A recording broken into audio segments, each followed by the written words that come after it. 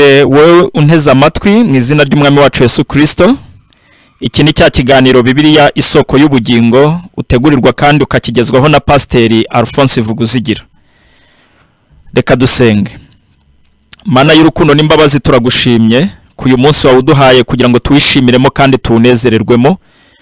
Urakoze kubw'imigisha yose uduha mu buzima bwacu bwa buri munsi, kandi umwe mu migisha waduteguriye ni ukuba uyu munsi tugiye kumva ijambo ryawe. Reka rero uriherekeresha ibimenyetso n'ibitangaza mu mitima y'abaryumva, kugira ngo mwami Imana yacu imitima yacu biye kuguhesha icyubahiro. Ufashe abanteze amatwi, kandi nanjye mwami Imana ugira icyo uvuga, unyoboze umwuka wawe wera mu izina ryera rya Yesu, amen. Ubushize twatangiye turebera hamwe ibyabayeho, ibiriho n'ibizabaho mu gakiza kacu, ariko twibanda cyane ku gice cya mbere cy'ibyabayeho kigizwe n'ibikorwa 21 byabaye igihe twakizwaga. Mu mugabane wa mbere rero twarebye ibikorwa 7 byabayeho mu buzima bwacu. Icya mbere twarebye kubyarwa ubwa kabiri, tubona ko kubyarwa ubwa kabiri ari igihe umunyabyaha warupfuye kubw'ibyaha bye ahabwa itangiriro rishya, akabyarwa ubwa kabiri n'umwuka wera n'ijambo ry'Imana. Cya kabiri twabonye ko ari uguturwamo n'umwuka wera. Twabonye ko igihe tumaze kwizera Yesu Kristo nk'umwami n'umukiza, umwuka wera atura muri twebwe kandi agashyira muri twebwe ubuzima bw'Imana. Ibyo tubibona mu Befeso igice cya mbere umurongo wa 13 na 14. Gikorwa cya gatatu twabonye ko ari ukubatizwa n'umwuka wera. Twabonye ko iki gikorwa abantu bajya bakitiranya kenshi, ariko mu by'ukuri igikorwa cyo kubatizwa mu mwuka wera twabonye ko ari igihe umukristo ajyanwa n'umwuka wera cyangwa se ashyirwa n'umwuka wera mu itorero kuba urugingo rw'itorero rya Kristo, nk'uko twabibonye mu mirongo twarebeye hamwe. Igikorwa cya kane twabonye ko ari ugushyirwaho ikimenyetso cy'umwuka wera. Twabonye ko igihe tumaze kwizera dushyirwaho ikimenyetso aricyo mwuka wera twasezeranijwe, kitwemeza yuko amasezerano yose y'Imana twahawe Imana izayasohoza. Igikorwa cya gatanu twabonye ko ari ugusigwa. Twabonye mu by'ukuri gusigwa amavuta cyangwa se gusigwa byakorerwaga abantu mu gihe cy'isezerano rya kera, cyane cyane abami, abatambyi n'abahanuzi, kugira ngo bategurirwe gukora umurimo w'Imana. Tubona rero ko ibyo byashushanyaga umwuka wera uzaza akabana natwe kandi akadutegurira cyangwa se akaduhindura abana b'Imana, no kugira ngo dutegurirwe gukora umurimo w'Imana hano mu isi. Igikorwa cya gatandatu twabonye ko ari ukubabarirwa. Twabonye ko umunyabyaha iyo amaze kwizera Yesu Kristo ababarirwa by'iteka ryose, kuko ari nta muntu ushobora kwigira intungane ubwe, ahubwo Imana ubwayo niyo yadusanze dupfuye maze iratubabarira, hanyuma iduhindura abazima kubw'umwana wayo Yesu Kristo, nk'uko tubibona mu Befeso igice cya 2 umurongo wa 4. Igikorwa cya karindwi ari nacyo twasubikiyeho twabonye ko ari ugutsindishirizwa. Twabonye yuko umurimo Kristo yakoze ku musaraba niwo wadutsindishirije. Nk'uko Bibiliya bivuga, nta kindi cyatuma umunyabyaha atsindishirizwa imbere y'Imana keretse Yesu wenyine, we n'inshungu y'ibyaha by'abari mu isi, kandi wishyuye ikiru cy'ibyaha kinyuze Imana Data wa twese. Uyu munsi rero turakomeza turebera hamwe n'igikorwa cya 8, hanyuma dukomeze turibuze gusubikira aho umwami Imana adushoboreza. Igikorwa cya 8 ari nacyo dutangiriraho uyu munsi ni uguhinduka abana b'Imana. Kubera umurimo wa Yesu Kristo, abari bari mu bubata bwa Satani bose Imana ibafata nk'abana bayo ku buryo ibabera data. Iri jambo abana b'Imana rishimangira ubusabane bw'umwihariko abizeye Yesu Kristo bagirana n'Imana. Abanyabyaha binjira mu muryango w'Imana kubera ukwitanga k'umwana wayo Yesu Kristo, nk'uko Bibiliya bivuga. Bibiliya iragira iti, kuko yagambiriye kera kubw'urukundo rwayo ko duhinduka abana bayo tubiheshejwe na Yesu Kristo kubw'ineza y'ubushake bwayo.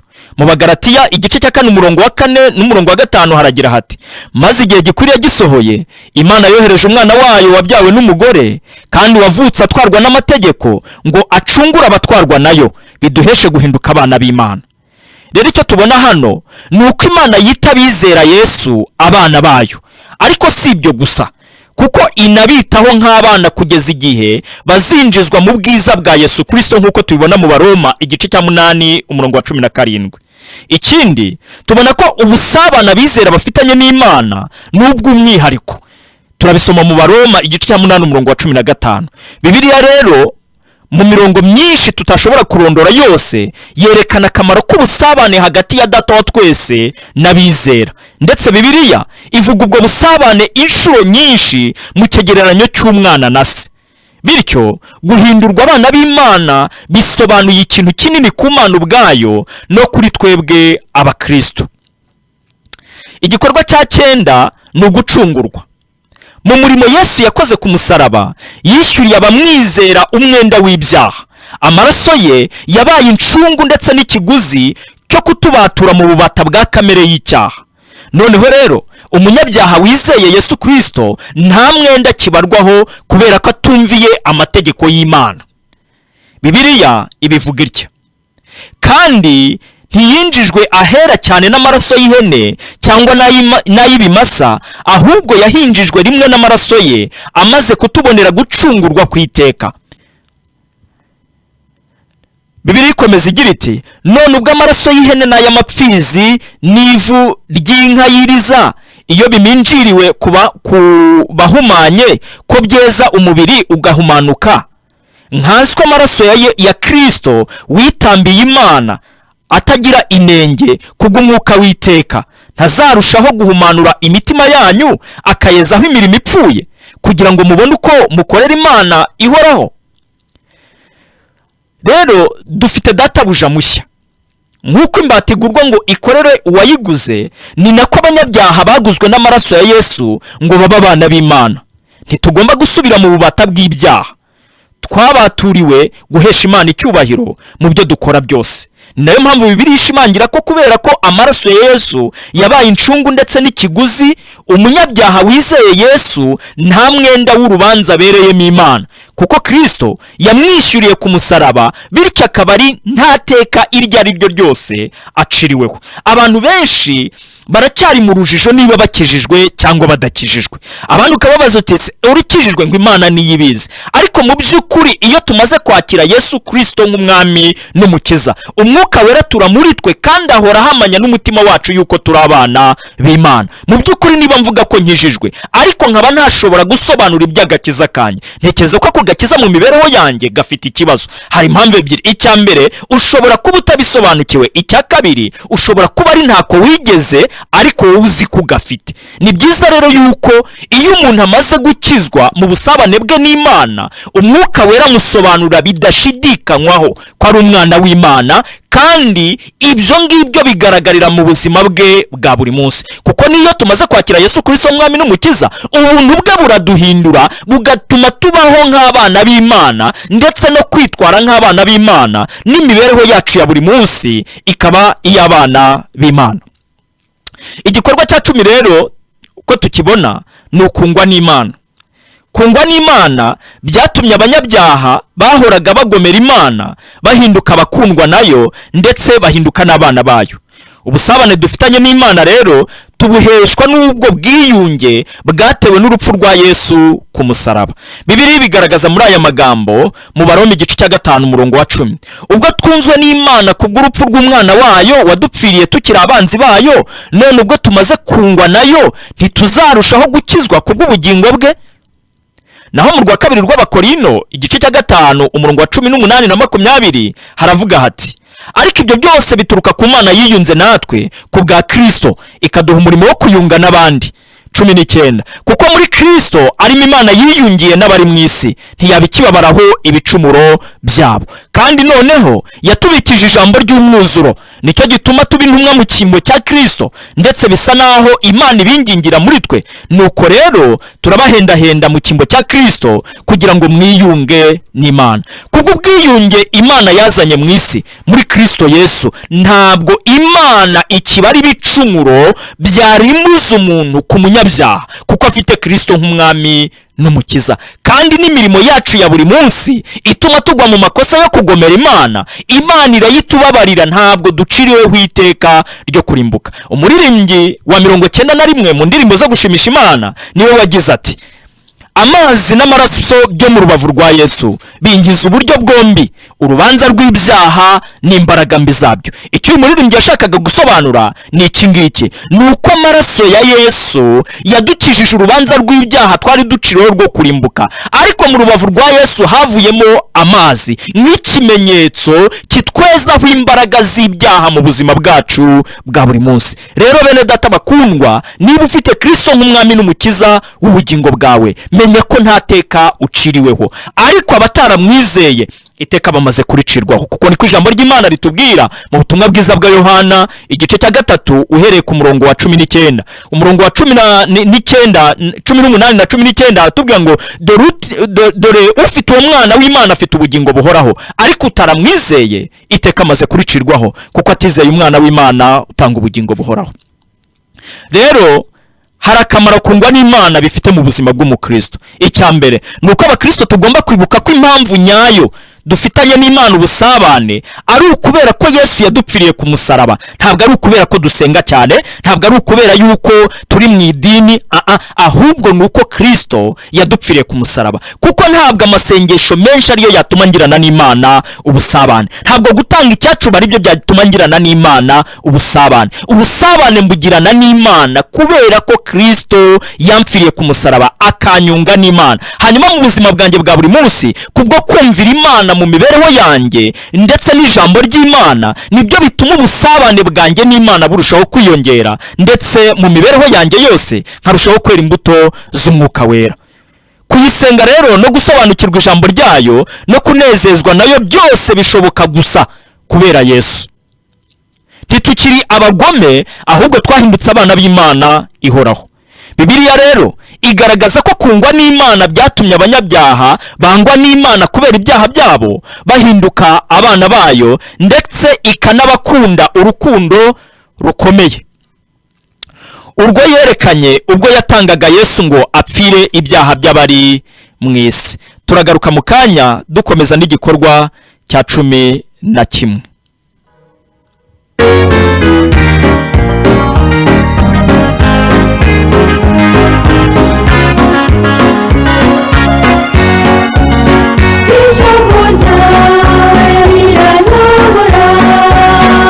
Ijambo ryawe riranyobora, kera ntabwo nagutekerezaga, none namenye urukundo rwawe, kandi umucyo wawe warandasiye, nanjye nguhaye umutima wanjye, nami numvise ijambo ryawe ryera, maze numva rimwe umutima, ubwo nari ntafite byose, ijambo ryawe riranyobora, nami numvise ijambo ryawe.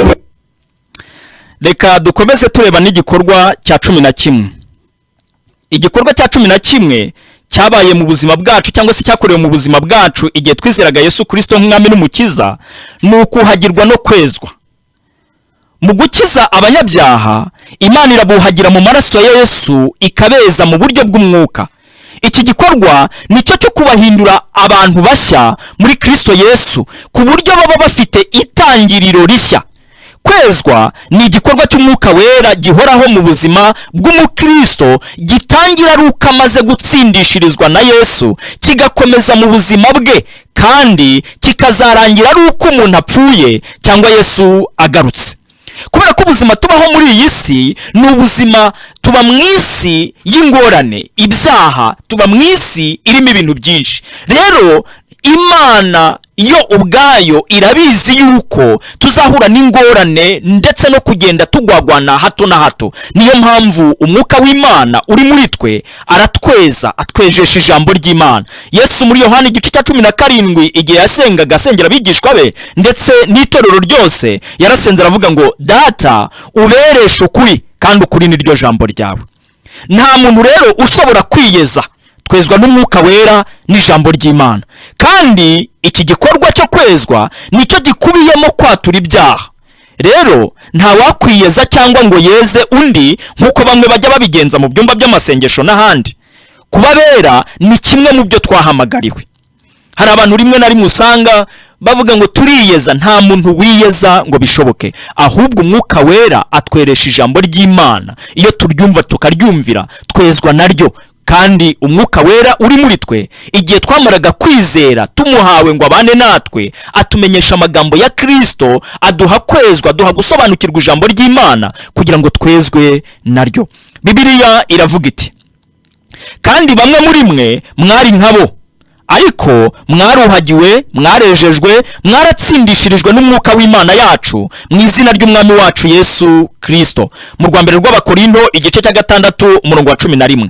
Muri Tito igice cya 3 umurongo wa 5 haragira hati, iradukiza itabitewe n'imirimo yo gukiranuka twakoze, ahubwo kubw'imbabazi zayo idukirisha kuhagirwa ariko kubyarwa bwa kabiri, ikadukirisha no guhindurwa bashya n'umwuka wera. Murabona rero ko umwuka wera niwe uhora duhindura bashya kubw'imbaraga z'Imana ziri muri twebwe. Bibiliya rero igaragaza neza ko kuhagirwa no kwezwa ari igikorwa cy'Imana gikorerwa abanyabyaha mu gakiza kabo, ariko kikaba n'igikorwa gitangira tumaze gukizwa kigakomeza no muri ubu buzima bwacu bwa gikristo tukiri hano ku isi. Reka nyivugeho gatoya. Ubundi iyo umuntu avuze ngo gutsindishirizwa, ni igihe twebwe abanyabyaha twari ducireho iteka ryo kurimbuka, ariko Yesu akitanga agahagarara mu cyimbo cyacu kugira ngo igihano twari dukwiriye abe ari ukikorera, hanyuma twebwe tuhabwe gukiranuka kw'Imana. Niko mu rwa kabiri rw'Abakorinto igice cya 5 umurongo wa 21 havuga, utigeze kumenya icyaha Imana yamuhinduye icyaha ku bwacu kugira ngo duhinduke gukiranuka kw'Imana. Ntabwo dukiranuka rero kubera imirimo twakoze, ahubwo dukiranuka kubera Kristo uri muri twebwe. Dukiranuka kubera ko Kristo yatwitangiye akaduha gukiranuka kw'Imana. Abantu rero bashakisha gukiranuka babishakishije mu bikorwa bakora, mu kwihandisha imibabaro nk'uko ijambo ry'Imana ribivuga, nagira ngo mbabwire bene data, ni mubohoke mwemerera umwuka w'Imana ayobora ubuzima bwanyu, kuko Kristo yarangije kwishyura byose byari bibakwiriye kugira ngo mubashe kubana n'Imana mu mudendezo kandi mwejejwe. Mu buzima bwacu bwa buri munsi rero umwuka ahora atweresha ijambo ry'Imana. Igikorwa cya 12 ni uguhabwa ubwiza. Nubwo ahandi Bibiliya ivuga ko guhabwa ubwiza bitegereje abakristo mu gihe kizaza, ariko Pawulo abivugaho nk'igikorwa cyarangije gukorwa. Mbese twavuga ko ari iyihe mpamvu? Mu by'ukuri ni ukubera ko icyo gikorwa cyo kuzahabwa ubwiza cyarangije gufatwa cyangwa kwemezwa ku buryo twakivugaho nk'igikorwa kizabaho byanze bikunze. Dore uko Bibiliya bivuga mu Baroma igice cya 8 umurongo wa 30. Bibiliya iravuga ngo, abo yatoranije kera yarabahamagaye, kandi abo yahamagaye yarabatsindishirije, n'abo yatsindishirije yabahaye ubwiza. Iri jambo yabahaye bigaragara ko ari ikintu cyamaze gukorwa, ariko nanone gifite ikindi kigitegereje mu gihe Kristo azaba agarutse, cyangwa se Imana izanye ku musozo amateka y'isi yose igaca imanza z'ibikorerwa mu isi no mu buzima bw'abantu. Rero guhabwa ubwiza tubisogongeraho tukiri muri ubu buzima, ariko bitegereje wa munsi umwami wacu azahagarara ku bicu, maze tukiyambura uyu mubiri upfa tukambara umubiri w'ubwiza bwa Kristo, maze aho tuzasa na Yesu. Niko Yohana yavuze ngo, bene data bakundwa, uko tuzasa ntibirerekanwa, ngo ariko icyo nzi cyo nuko niyerekanwa tuzasa nawe turi mu bwiza. Rero intego yacu cyangwa aho Imana twifuriza kugera ni ukugera ku bwiza nk'ubwa Yesu Kristo. Abaroma igice cya 8 umurongo wa 18 haragira hati, mbonye yuko imibabaro y'iki gihe idakwiriye kugereranywa n'ubwiza buzahishurwa. Hari ubwiza Imana yaduteguriye muri Kristo Yesu buzahishurwa ubwo umwami wacu Yesu Kristo azabagarutse. Mu rwa kabiri rw'Abakorinto igice cya 3 umurongo wa 18 haravuga hati, ariko twebwe twese ubwo tureba ubwiza bw'umwami tubureba nko mu ndorerwamo mu maso hacu hadatwikiriye, duhindurirwa gusa nawe, tugahabwa ubwiza buruta ubundi kuba bwiza nk'ubw'umwami w'umwuka. Reka turebe rero icyo guhabwa ubwiza bimaze mu buzima bw'umukristo.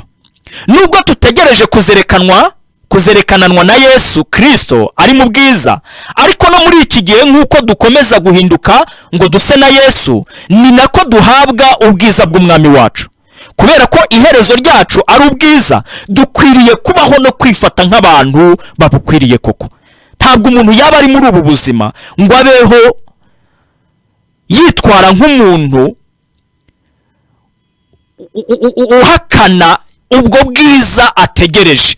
Kubuhakana ni ikintu, ukubaho ubuzima butandukanye n'ubwa gikristo nk'uko Bibiliya ibivuga, cyangwa se kubaho ubuzima butandukanye no kwera imbuto z'umwuka nk'uko Bibiliya ibivuga. Kuko iyo twumvira ijambo ry'Imana tukemerera umwuka wera kuduha kwera imbuto cyangwa kudushoboza kwera imbuto, tugenda turushaho gusa na Yesu umunsi ku wundi.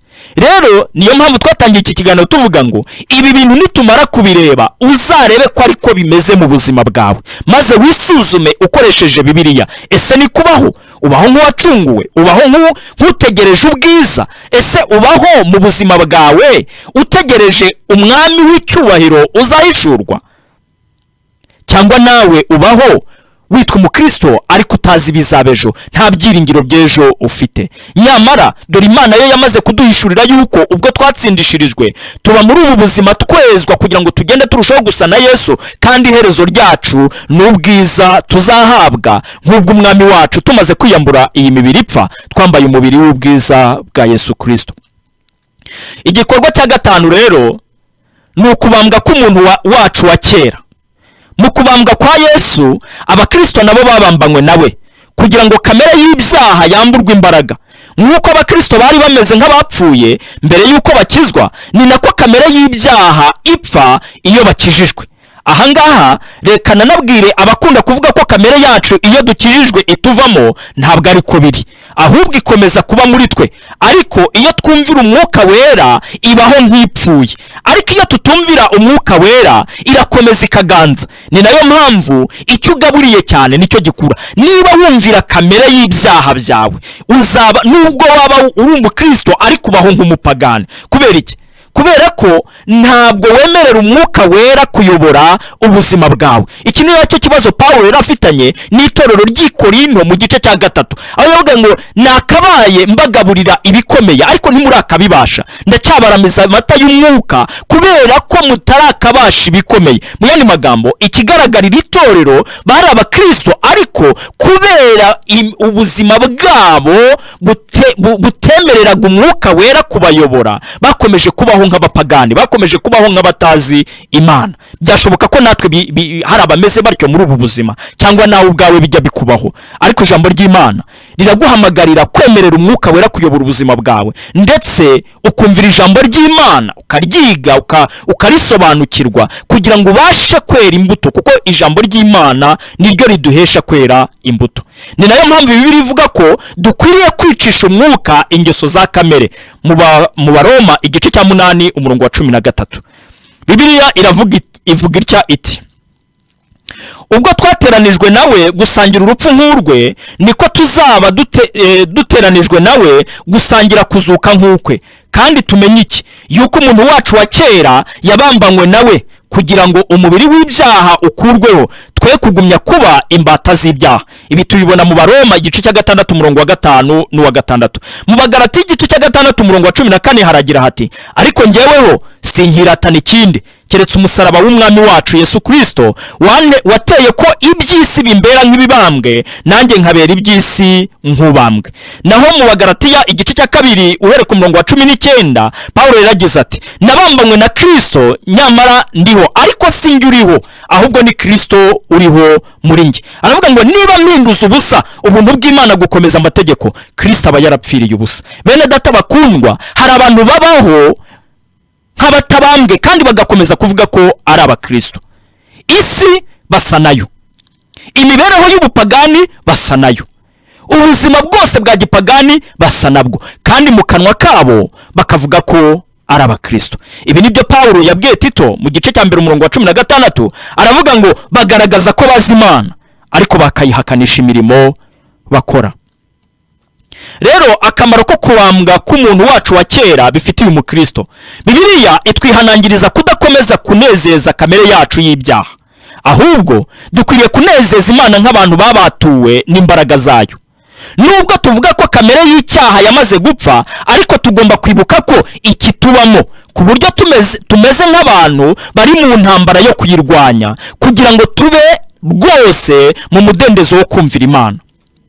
Twibuke ko kandi atari intambara yacu nk'abantu, ahubwo ni Umwuka Wera udutuyemo udushoboza kuyitsinda. Ni nayo mpamvu iyo utemerera Umwuka Wera kuyobora ubuzima bwawe no kugenga ubuzima bwawe, ntabwo ushobora gutsinda imibereho ya kamere. Turasabwa rero kumuha umwanya muri twe akayobora imibereho yacu yose. Turagaruka mu kanya tureba n'ingingo ya nyuma, hanyuma dusoza.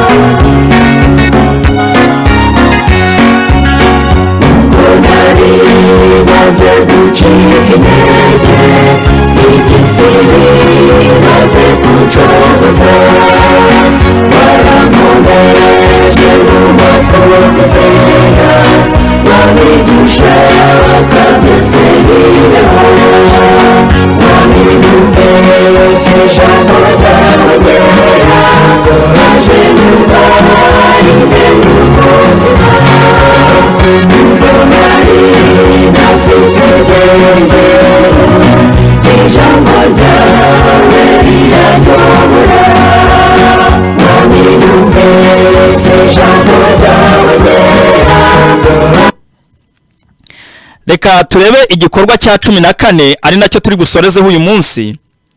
Mu bikorwa 21 tugomba kureba, ariko turaba duhagarikiye ku cya 14. Icya 14 rero ni ukubohorwa ku gutwarwa n'amategeko. Nk'uko umugore afite umudendezo wo gushaka undi mugabo mu gihe uwa mbere amaze gupfa, ni nako abakristo babaho mu mudendezo wo kubaho ku Mana, kubera ko mu gukizwa kwabo Imana ibabohora ku mategeko. Ndagira ngo hano mbibutse yuko ntabwo amategeko atanga agakiza, ahubwo amategeko aberaho kumenyekanisha icyaha, nk'uko Bibiliya ibivuga. Bibiliya rero ivuga ko twapfuye ku mategeko kugira ngo tubone kwerera Imana imbuto. Kuba abakristo barabohowe ku gutwarwa n'amategeko bivuga ko bitakiri ngombwa kumvira ayo mategeko ngo babone gukizwa, ahubwo kumvira kwabo kugamije kwerera Imana imbuto. Ibi tuzabisobanukirwa neza nitwigana ubwami bw'Imana mu butumwa bwiza bwa Matayo, aho tubibona mu migani ya Yesu Kristo. Bibiliya ibivuga muri aya magambo mu Baroma igice cya 7 umurongo wa 4 n'umurongo wa 6. Nuko rero bene data, niko namwe mwapfuye ku mategeko kubw'umubiri wa Kristo, kugira ngo mubone uko muba abundi, ari we wa wundi wazutse, mubone no kwerera Imana imbuto.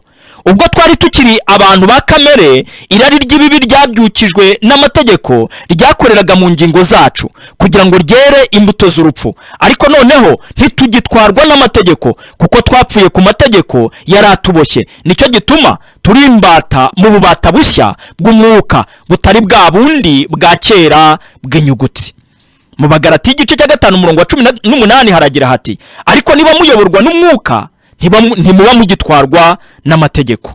Abagalati igice cya 3 umurongo wa 11 na 14 haragira hati, biragaragara yuko ari nta muntu utsindishirizwa n'amategeko imbere y'Imana, kuko ukiranuka azabeshwaho no kwizera. Nyamara amategeko ntagira icyo ahuriyeho no kwizera, ariko rero uyakomeza azabeshwaho nayo.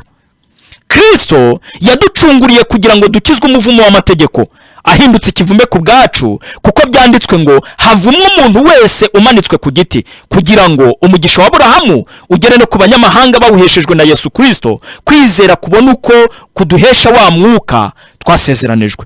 Ngira ngo rwose hano bigaragara neza yuko ntabwo umukristo agitwarwa n'amategeko kugira ngo akiranukire Imana, ahubwo umukristo akwiriye kumvira kubw'ubuntu bw'Imana yagiriwe n'umwuka w'Imana twahawe uri muri twebwe.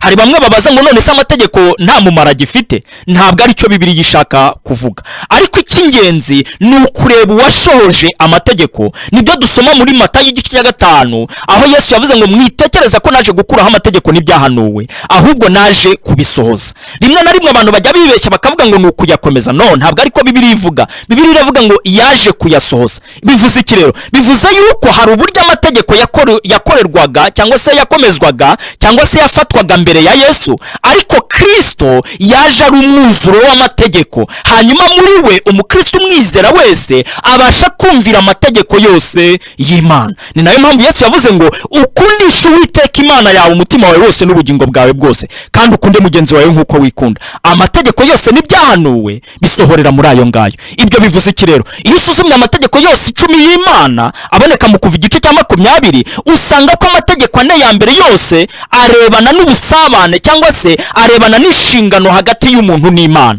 ariko iyo urebye 6 asigaye arebana n'inshingano hagati y'abantu n'abandi. Ni nayo mpamvu Yesu yavuze ngo nukundisha Uwiteka Imana yawe umutima wawe wose n'ubugingo bwawe bwose, ugakunda mugenzi wawe nk'uko wikunda, amategeko yose n'ibyahanuwe bisohorera muri ayo ngayo. Rero turareba akamaro kubohorwa ku mategeko bifite mu buzima bw'umukristo. Icya mbere, kuba twarabohowe ku gutwarwa n'amategeko ntabwo bivuga ko amategeko atakidufitiye akamaro, ahubwo itegeko ryose ni ryiza kuko ritumenyesha gukiranuka icyo ari cyo, ariko ntitugomba kumvira amategeko ngo dukizwe cyangwa tubone gutunganira Imana. Igituma twumvira tugatunganira Imana ni imbaraga z'Umwuka Wera zitubamo, zikanatuma twerera Imana imbuto zigamije kuyihesha icyubahiro. Nagira ngo nsoza mbabwire yuko iyo usomye Bibiliya, isezerano rya kera rikwereka Yesu Kristo cyangwa se rivuga Mesiya uzaza agasohoza umugambi w'Imana n'ibyavuzwe byose mu mugambi w'Imana byo gukiza no kurokora inyoko muntu. Iyo usomye isezerano rishya rero rikwereka Kristo waje agasohoza bya bindi byavugwaga mu isezerano rya kera. Ni nayo mpamvu iyo tubwiriza ubutumwa bwiza tubukuye mu isezerano rya kera,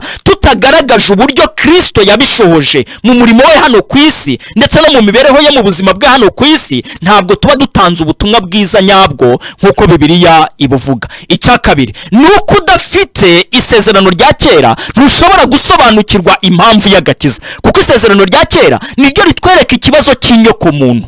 Inyoko muntu yagomeye Imana, hanyuma Imana imaze gutandukana n'inyoko muntu, ariko Imana ikomeza umugambi wo gukiza inyoko muntu. Rero Imana yateguye Mesiya ariwe Kristo Yesu kugira ngo azasohoze uwo mugambi. Yesu rero mu isezerano rya kera, yaba abahanuzi bose bo mu isezerano rya kera, yaba abatubanjirije bose bo mu isezerano rya kera, abakiranutsi bo mu isezerano rya kera, bose bashushanyaga Kristo uzaza agasohoza umugambi w'Imana. Ni nako ijambo ry'Imana ritubwira mu Baheburayo ngo basogokuruza abo bose cyangwa se abera bo mu isezerano rya kera bapfuye bareba ibyasezeranijwe nk'ibiri kure, ariko ngo bakabitegereza bafite amatsiko. Nyamara usomye ubutumwa bwiza bwa Yohana mu gice cya 8, Yesu ubwe yabwiye abafarisayo arababwira ngo Aburahamu atarabaho ndiho.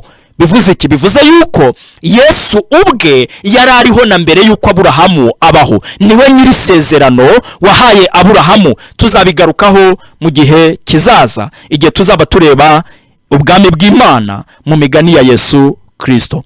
Imana ibaha umugisha. Rero reka tubahe nimero mu kanya muza muduhamagaraho kugira ngo mutange ibitekerezo, inyunganizi cyangwa ikibazo.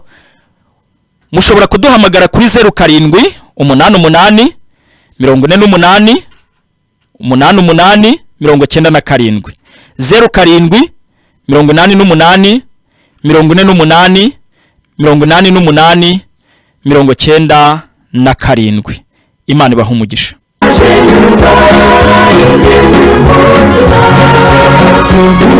Nari nafite byose